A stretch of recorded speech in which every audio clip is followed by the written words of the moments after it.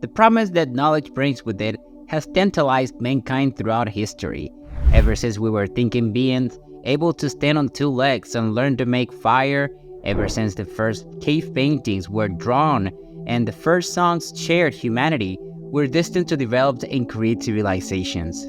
As we grew and developed as a species, over centuries and millennia, we cultivated ourselves physically, spiritually, and mentally. Millions of years of evolution have brought us to where we are today. Today, humanity has been able to bring answers to ancient questions that the first philosophers and scientists could not find answers to, that have been erased and answered one after another by the scientific community over the years. Little by little, fewer and fewer things seem impossible for mankind. Communication is immediate, diseases are beginning to be cured, and transportation, which used to be worth lives and time, is now convenient and fast. Still, there is always a but. We know how humanity was born. We know what came before it. We discovered the birth of our planet and the birth of entire galaxies. But really, when did time begin? If you're interested in keeping up to date with news from the universe and its surroundings, subscribe to our channel. Be sure to like this video and turn on the notification bell. Throughout history, theories have come and gone. One of the most popular and scientifically accepted is the Big Bang theory. Knowing that the universe is constantly expanding, Lemaitre proposed the idea that at some point in time, the entire universe was conceived at a single point. From this point, the universe expanded and stretched to the magnitudes we know. It was not until years later that the astronomer Edwin Hubble was inspired by the priest's idea. He discovered, moreover, that there are galaxies moving away from us, and the farther away these galaxies are, the farther they move. Simply put, it was expanding. With the certainty that there are galaxies moving away faster and faster, he was able to reaffirm the theory already put forward by Lemaitre. Subsequently, it was defined that before the Big Bang took place, there were only hot and tiny particles mixed with light and energy. It was not until everything expanded that everything began to cool down, giving rise to the particles settling down, and atoms were born, which grouped together, and after millions of billions of years, a multitude of galaxies have been born and have perished. At the end of 2021, the James Webb Space Telescope, the most complicated and expensive telescope ever built, was launched in space, working with the analysis of infrared light waves and located more than 1 million kilometers from our planet. The James Webb Space Telescope's reach is unparalleled. Its ability to capture photographs and process data is extremely accurate.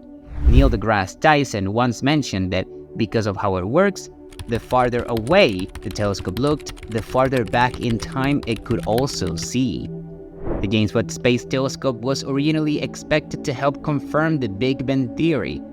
However, the first photographs it took and made public, while captivating, also put something in evidence. In the published images, it is possible to find galaxies that are incredibly smooth and small and old. While you may wonder why this has to do or how this influences the Big Bang theory, we ask for some patience. Everything will be resolved below. In order to be sure that the universe is constantly expanding, there must be some kind of optical illusion. However, in the photographs, objects that should be at a greater distance decrease in size. Actually, beyond a certain point, these galaxies should appear larger and larger. This is because, theoretically, the light from these galaxies has left them just when they were closer to us. The scientists and specialists working on translating the data and creating the James Webb images cannot hide the fact that they show smaller galaxies. Similar images taken by the Hubble telescope show several inconsistencies with their sizes. In the James Webb photographs, the same galaxies appear smaller. In addition, these younger galaxies have a redshift 2 to 3 times larger.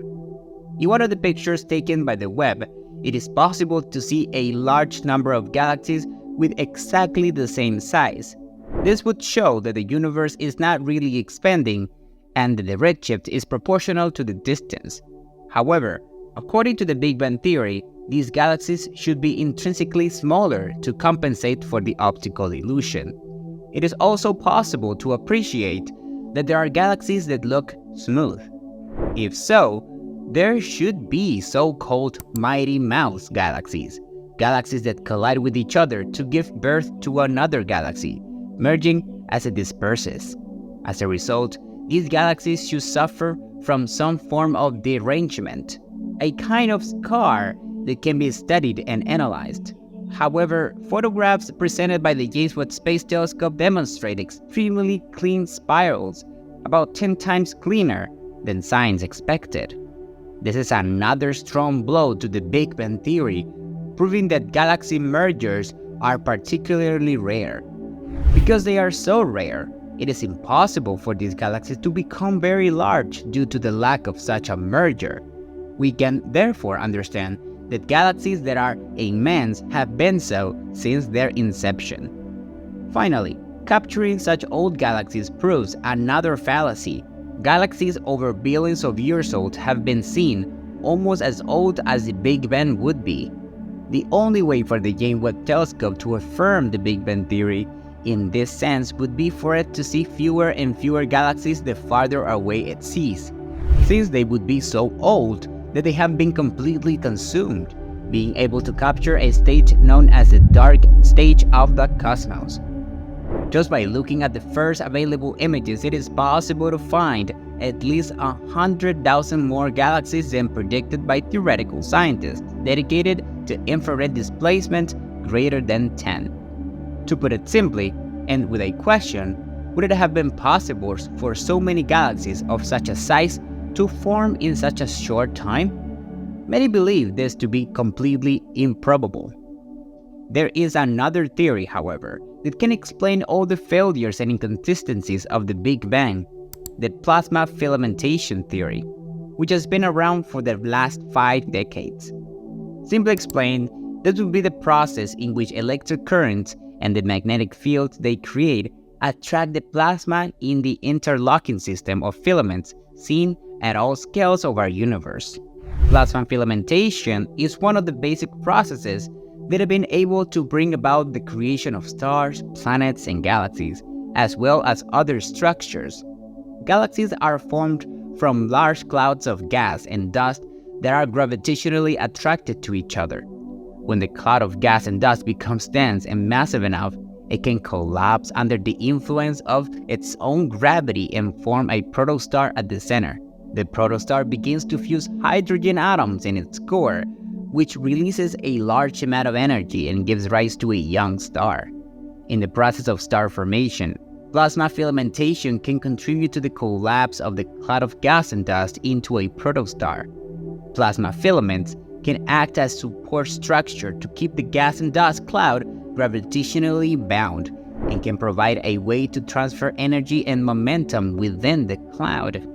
Once a star is formed, it may have a protoplanetary disk around it, composed of gas and dust, from which planets can form.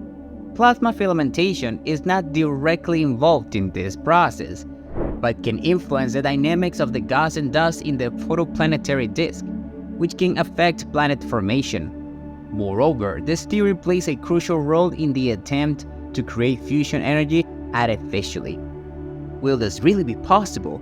Only time and scientific studies will tell. It is possible that another theory about the birth of our universe will be born. But about that, for now, we can only speculate, considering that nothing has been officially accepted. And you? What do you think about it? Don't leave without letting us know in the comments box below. Don't forget to subscribe to the channel and activate the comments bell to stay tuned for upcoming content and more news on the subject. That's all for today, and we hope to see you in the next time. Thank you so much for watching the video, and see you then.